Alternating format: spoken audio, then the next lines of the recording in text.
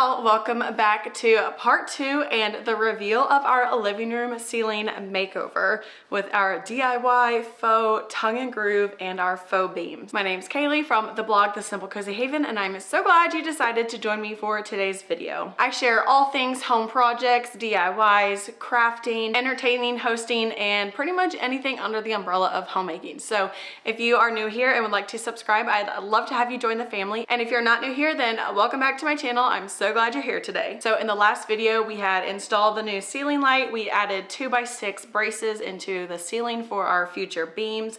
And we had started ripping down the plywood to create our faux tongue and groove boards. We started to nail them up, and I will get into this later, but we decided that we needed to paint a thin strip of black paint in between the boards. That way we could make it look like a true seam and you wouldn't see the white ceiling. That was just going to be something that bothered me if we didn't do it. So that made this project exponentially longer because Robbie would go up the ladder and do his thing and I would go up the ladder, and it just took a lot of time. It wasn't that hard of a project, but working above your head and then going up and down a ladder for 3 days in a row just really wears you down. So that was one thing that just kind of wasn't fun. And then when it came to installing the beams, they weren't heavy, but again, like holding something above your head, like trying to push it onto the 2x6. Anyways, let's just go ahead and jump into today's video and you can see how we created this beautiful ceiling.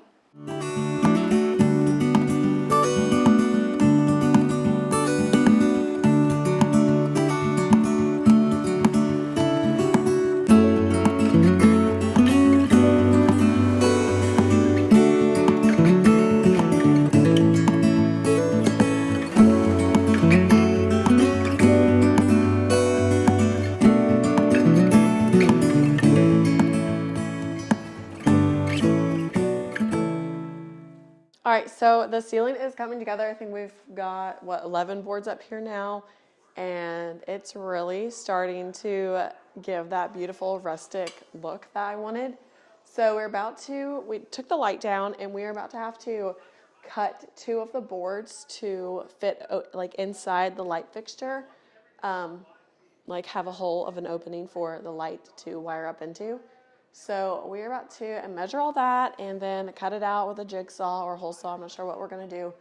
But yeah, so I've just been going through, since we did the plywood strip, it wasn't like true tongue and groove, which would lock in together. I'm going back through with a little cup of black craft paint and painting right along the edge. That way you can't see the white ceiling up ahead. We did that with like the first 2 boards, and we looked at it the next day and you're like, yeah, you can see white up in there. And that would bug me. So I'm like, I'm glad we're doing this, even though it's taking so much more time. But it's looking good. So we're about to do that. Finish on with this row, and then we've got to switch out the can lights. We're just gonna do these super low profile LED halo lights. So you might be wondering, like, why are you doing the plywood route instead of just doing true tongue and groove? And the reason is, I personally don't love pine. I don't like the knottiness. I don't like the grain of the wood, and I don't like how it can be kind of like a tinge yellow. So that's why we're gonna do the plywood, and it is much cheaper. It's way more affordable. So I think we paid under $20 a sheet for this plywood, and granted we do get it from a wood supplier, but it's still, even if you were to go to Lowe's and buy the plywood, it would be significantly cheaper than doing tongue and groove. But it's all personal preference. If you love that look of like pine, totally go for it. I don't want to ick anyone's yum. That's why we're doing that, if you had any questions. But so 35.5 is the center. And 4 inches wide. This is the diameter.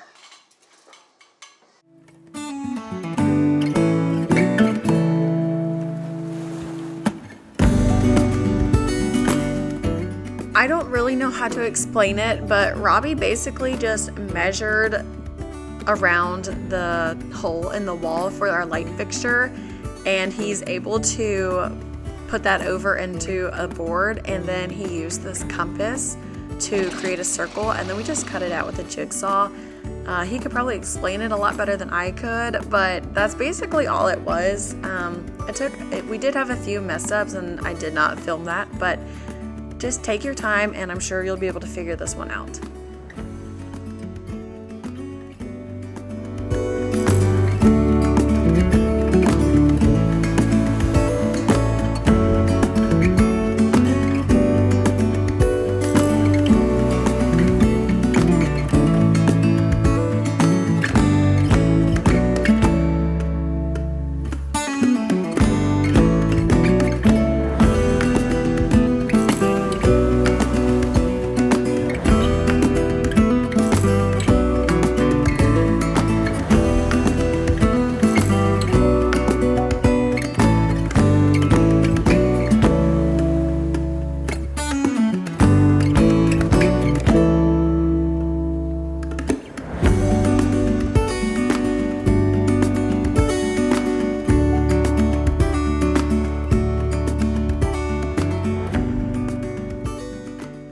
All right, so we're making miter fold beams today. These are gonna mount to the 2x6s on the top of the ceiling.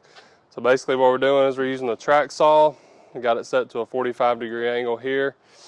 When we cut this one, we'll flip it around and we're gonna cut a 45-degree on the opposite side, and this will be the bottom of the faux beam. Then we're gonna cut 2 more sides with 45-degree angles on one side of each, and that will butt up and make a 90-degree angle, and these will be glued and nailed together, and then they will then go up and screw into the 2x6s on the ceiling. So we're gonna, in a sense, make a U shape that pops up to the ceiling.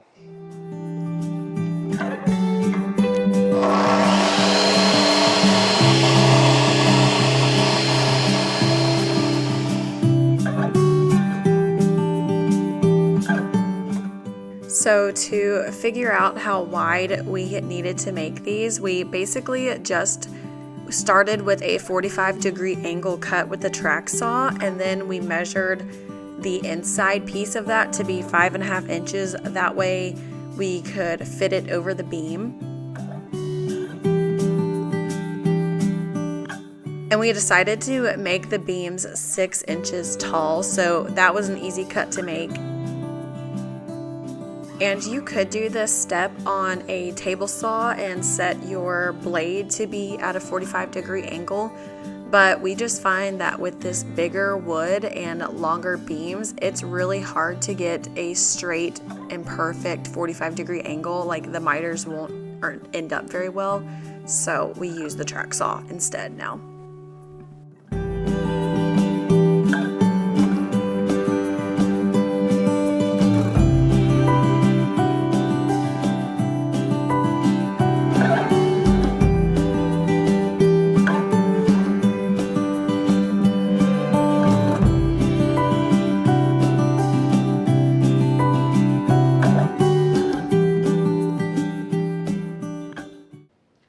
To start gluing up the beams. It actually went together so much better this time than we've had done in previous making of beams, so fingers crossed. This turns out good. So now we're gonna assemble these beams.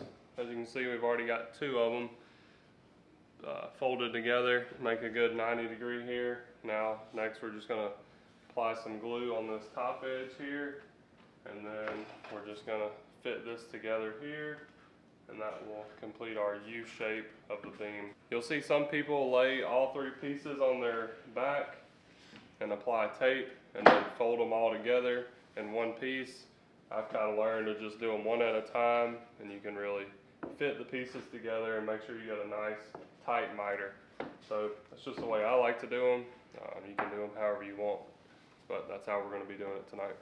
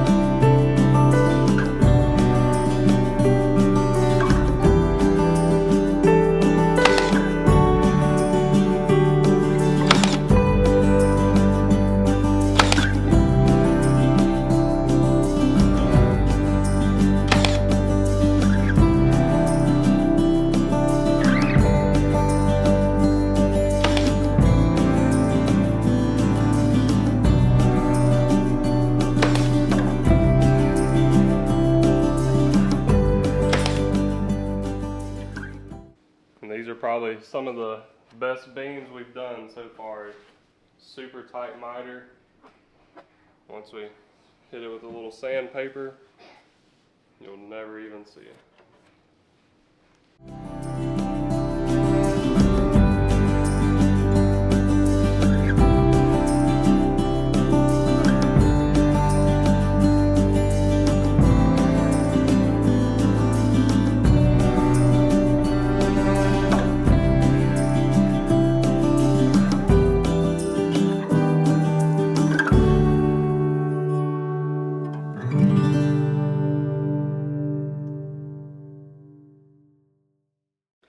Okay, so since the beams are gonna have to be in 2 separate pieces because we're using plywood and it's only 8 feet long, we're gonna just get these 2 done for tonight, and then after we cut the crown out and get these installed and get a true measurement for the next smaller beam that's gonna like line up with that one, then we'll put the 3rd one together after we cut it down, because we don't want to have to cut down an actual like faux beam.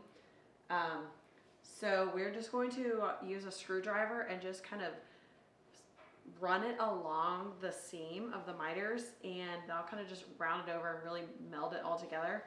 And then tomorrow I will take these outside and I'll sand off any of the glue and just make them nice and smooth, and then stain them, and they will be ready to be installed with some trim screws up into the 2x6s on the sides. So, I mean, we're really close to being done, right?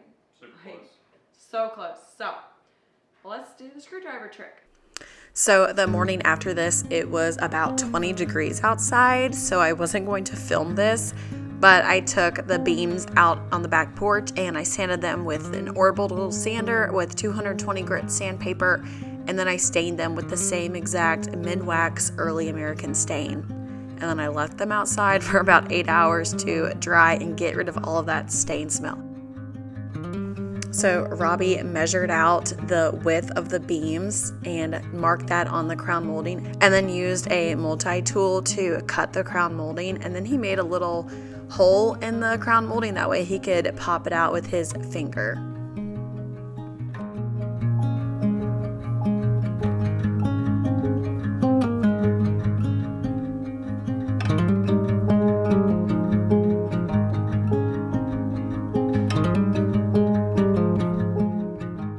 Our plan to install the beams was basically just to get it onto the 2x6 ahead and then push it into the wall where the crown molding was.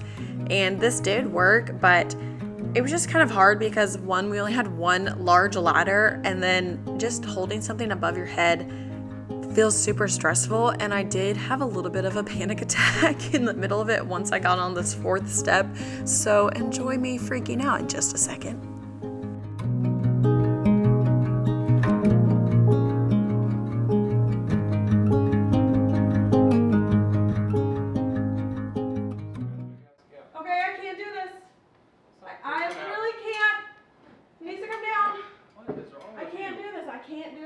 I can't do this.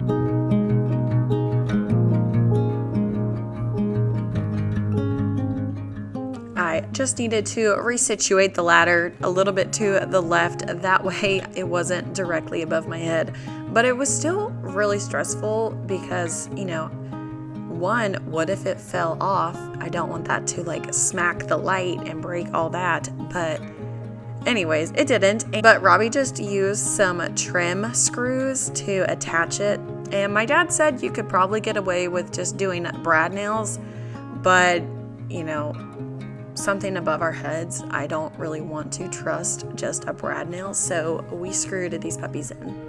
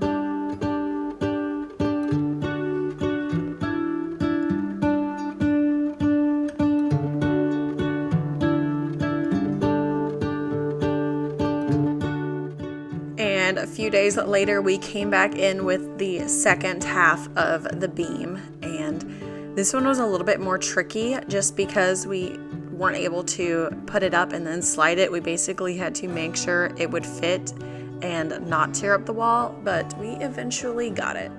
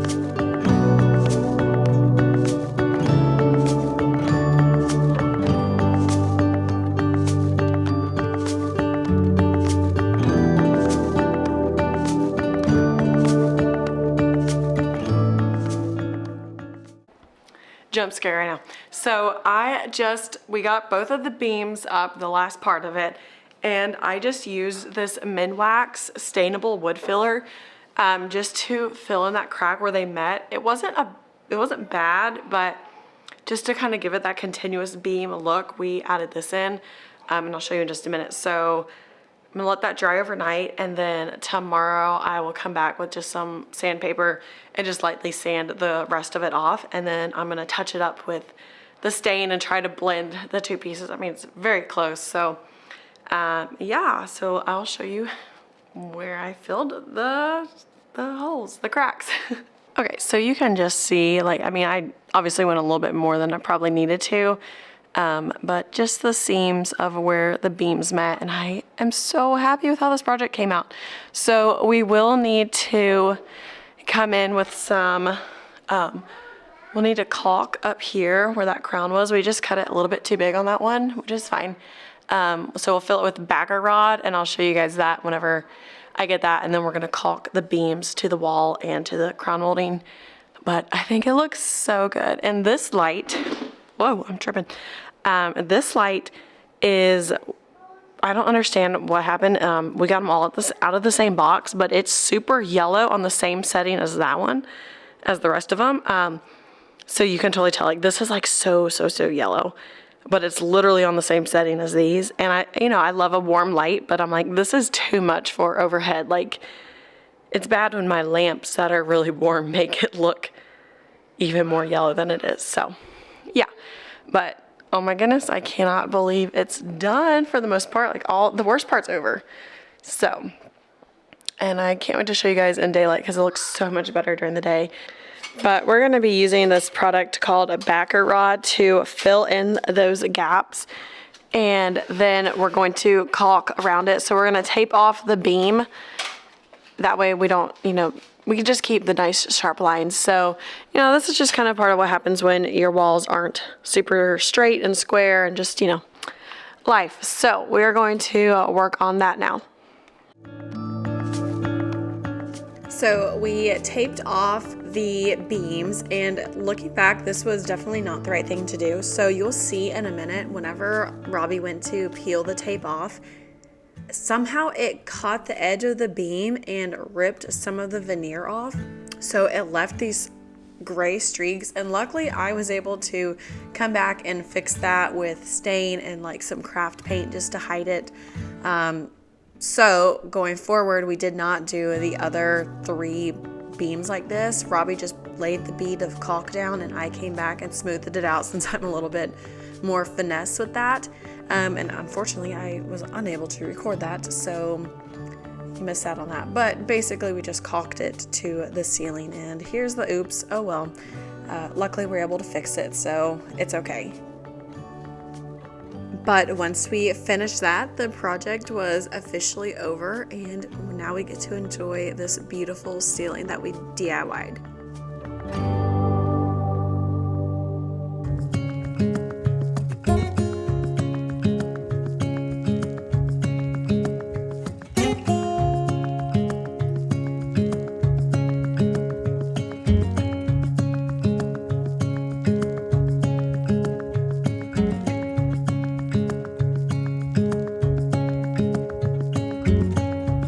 Alright y'all, I hope you enjoyed today's video of our part 2 and reveal of our living room ceiling makeover.